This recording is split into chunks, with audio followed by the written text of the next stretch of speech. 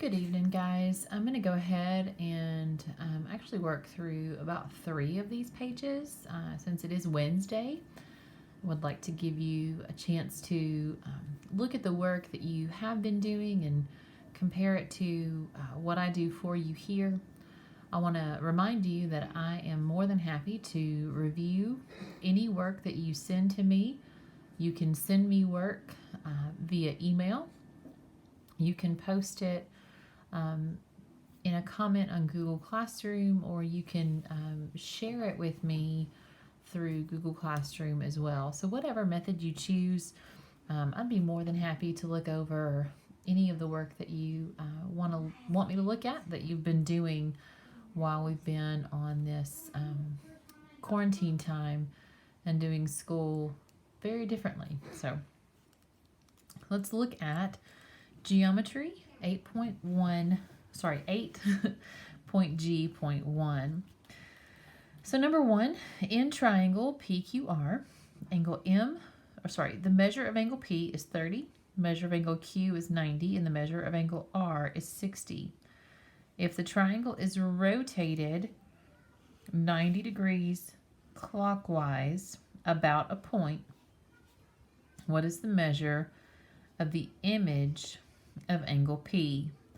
Well, since we're talking about a rotation, that's where we need to remember that there are rigid transformations, and those are the reflection, the rotation, and the translation, which means that in all 3 of these, that both size and shape are maintained.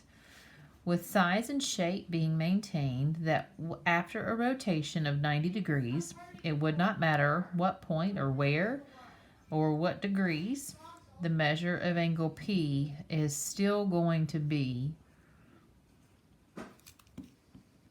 30 degrees. If you can hear my children in the background, I apologize. Okay, and that's number 1.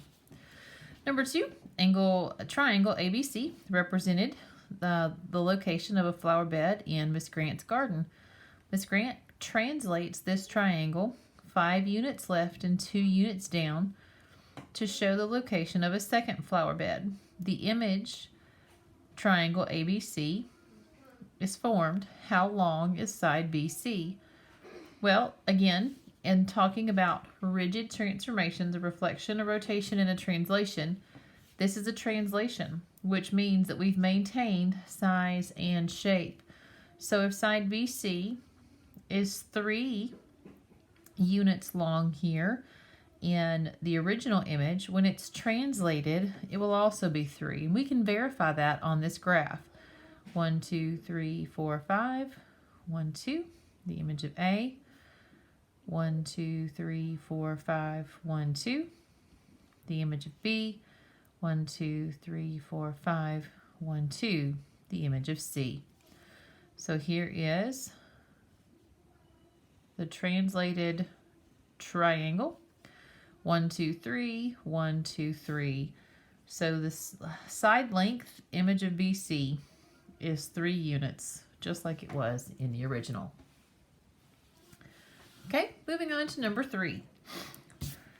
What quadrant would triangle M be in after a rotation of 90 degrees counterclockwise about the origin?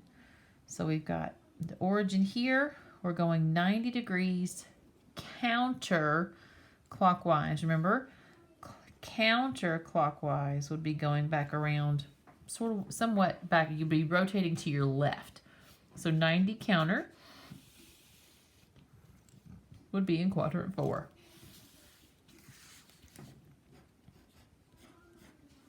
Okay, and that's how simple that was. I just turned my paper.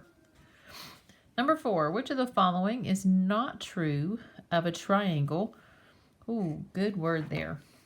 Which of the following is not true of a triangle that has been reflected across the x-axis? The new triangle is the same size as the original triangle. That's true. The new triangle is the same shape as the original. That's also true. The new triangle is in the same orientation as the original triangle. Well, think about it. In a reflection, if we are here to begin with, we're going to be here when we're done, or vice versa. So no, that is not true. The x-coordinate of the new triangle is the same as the x-coordinate of the x-coordinates of the new triangle are the same as the x-coordinates of the original triangle. Okay, so I would say that both of these are not true, so that there are two answers here. Because this is also not true. The x-coordinates would not be the same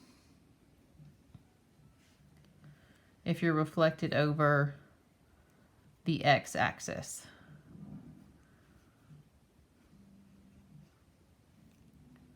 Oh no, that is true. I'm sorry. See how I have to do a little practice there? So it would be C. C is not true. Not the same orientation. Sketch the image of the triangle under a reflection across the y-axis. Reflection across the y-axis. Y-axis, reflection. 1, 2, 1, 2. 1, 2, 1, 2. 1, 2, 3, 4. 1, 2, 3, 4.